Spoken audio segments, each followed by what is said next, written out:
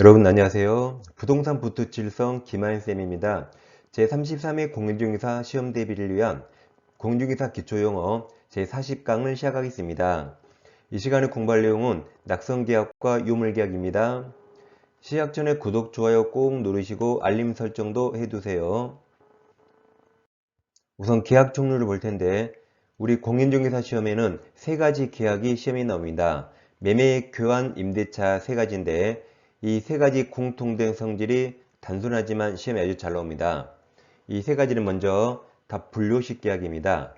분료식이란 특별한 방식을 요하지 않는다. 다음에 이들은 다 낙성계약이죠. 낙성이란 의사합치만으로 성립합니다. 즉 구두 합의만으로 성립하는 계약이 낙성계약이고 얘들은 다 쌍무계약입니다. 쌍무란 쌍방 모두 의무를 부담하죠. 그리고 얘들은 유상계약입니다. 유상은 대가적 의미가 있는 겁니다. 자, 그래서 분료식 반대가 요식이죠. 요식은 특별한 방식을 요하는 겁니다. 낙성 반대가 요물계약, 요물계약입니다. 요물이란 의사합치 플러스 물건을 더 추가적으로 요구하는 겁니다. 좀 이따 볼 계약금 계약이 대표적인 예입니다. 다음 상무계약 반대가 편무죠. 편무는 한쪽 편만 의무를 부담하고 유상계약 반대가 무상입니다. 무상은 대가적 의미가 없는 거죠. 쉽게 말하면 공짜입니다. 그럼 매매, 교환, 임대차 세 가지 공통점을 외워둡니다. 이들은 자 이렇게 불나기 싸유 외우세요. 그래서 이게 시험에 나오면 1초 만에 꼭 맞춰야 됩니다. 불나기 싸유 외우세요. 자, 그럼 낙성계약이 무슨 말인가 예를 들어보겠습니다. 먼저 563조가 매매계약입니다. 자, 법조문 보세요. 매매는 당사자 일방이 매도인이 재산권을 상대방이 매수인에게 그 다음 이전합니까? 이전할 걸 약정합니까? 이전할 걸 약정하죠. 약정하고 상대방 매수인이 그 대금을 지급할 것을 약정함으로써 그 효력이 생긴다. 이 약정만으로 효력이 생기는 게 낙성계약입니다. 예를 들어 아파트 매매계약을 체결했단 말이 아파트 소유권 넘기고 돈 줬단 말이 아닙니다. 소유권 넘기기로 약정하고 돈 주기로 약정했다가 매매계약이 성립한 겁니다. 따라서 당사자들은 앞으로 할 일이 남아 있는 겁니다. 그리고 매매는 빨강색 반드시 대금, 금전의 하나입니다. 금전이 아니면 좀 이따 볼 교환계약입니다. 그래서 밑에 596조 교환이 나옵니다. 교환은 당사자 쌍방이 금전 이외죠. 금전 이외의 재산권을 다음 상호 이전합니까? 이전할 걸 약정합니까? 약정하죠. 약정함으로써 그 효력이 생긴다. 그러니까 X토지와 Y토지 교환계약 체결했단 말이 서로 등기 넘겼단 말이 아닙니다. 이 교환계약은 X토지 등기 넘기기로 약정하고 Y토지 등기 넘기기로 약정했다가 교환계약이고 낙성계약입니다. 그리고 아까 매매는 빨강색 대금, 금전의 하나입니다. 금전이 아닌 건 아래 다 교환입니다. 다음 618조 임대차가 있습니다. 임대차는 당사자 일방 임대인이 상대방이 임차인에게 목적물을 사용 수익하게 할 것을 여기서 약정하고 상대방 임차인이 이에 대해서 차임 지급할 것을 차임이 예를 들어 월세 다음에 여기도 약정이죠. 약정함으로써 그 여력이 생긴다. 그러니까 아파트 임대차 계약했단 말이 아파트 열쇠 넘기고 차임 줬단 말이 아닙니다. 아파트 열쇠 넘기기로 약정하고 차임 주기로 약정했다. 이게 낙성계약 임대차입니다. 그래서 낙성계약은 물건이 오갈 필요 없어요. 구두 합치 또는 의사 합치만으로 성립합니다. 그러니까 앞으로 할 일이 남아있죠. 그래서 유물계약은 의사합치 플러스 추가적으로 물건을 더 요구하는 건데 가장 대표적인 예가 계약금 계약입니다. 그래서 565조에 해약금이 있습니다. 자, 1항에서 매매 당사자 일방 매수인이 계약 당시에 그 다음 금전기타 물건 그랬는데 대부분 금전이죠.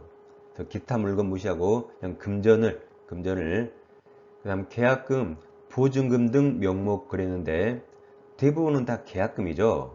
그래서 보증금 등 무시하고 그냥 계약금 명목으로 상대방의 매도인에게 교부한 때에는 당사자 간에 다른 약정이 없는 한 당사자 일방의 이행에 착수할 때까지 교부자가 준 사람, 매수인은 이가 계약금, 이 계약금을 포기하고 수령자 매도인은 받은 사람, 그 배액을 상환하여 매매계약을 해제할 수 있다.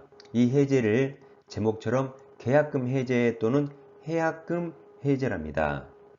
근데 지금 1항은 누가 잘못한 게 없죠. 1항에 채무불이행이 없습니다. 그래서 2항에서 551조가 계약 해제와 손해배상입니다. 이 손해배상 규정은 1항 전항의 경우에 적용하지 않습니다. 즉 1항 해제는 누가 잘못한 게 없으니까 손해배상 나올 수 없다는 말입니다.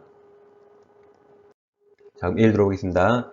자, 계약금값이 요물계약이에요. 그 다음 매매나 임대차의 종된계약입니다.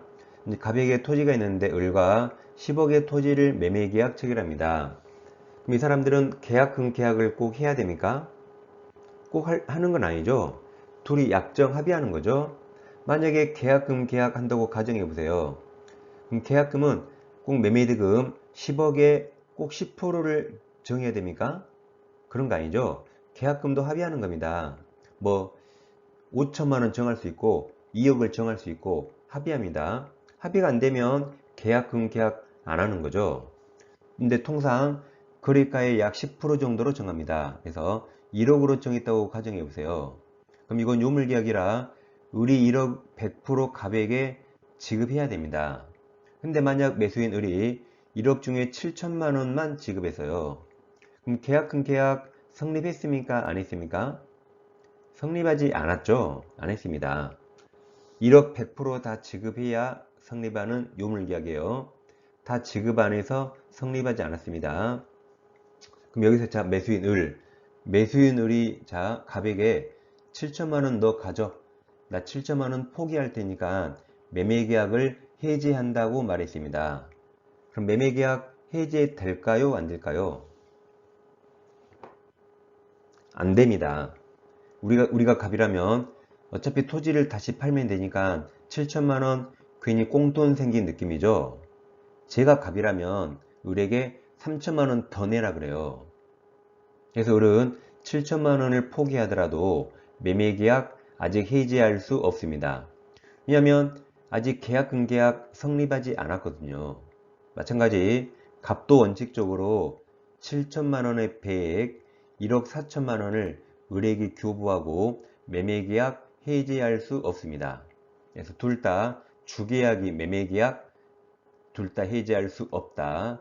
즉 아직 해약금 해지할 수 없다는 말입니다. 왜 못하는 거죠?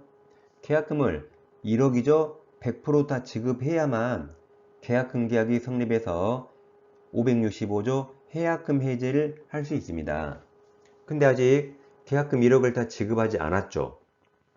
그래서 계약금 계약이 성립하지 않았기 때문에 565조 해제가 나올 수 없습니다. 이런 게 요물계약. 1억을 다 지급해야만 성립하는 요물계약입니다. 이 시간에는 낙성계약과 요물계약을 구별해 봤습니다. 다음 시간에 다시 찾아뵙겠습니다. 감사합니다.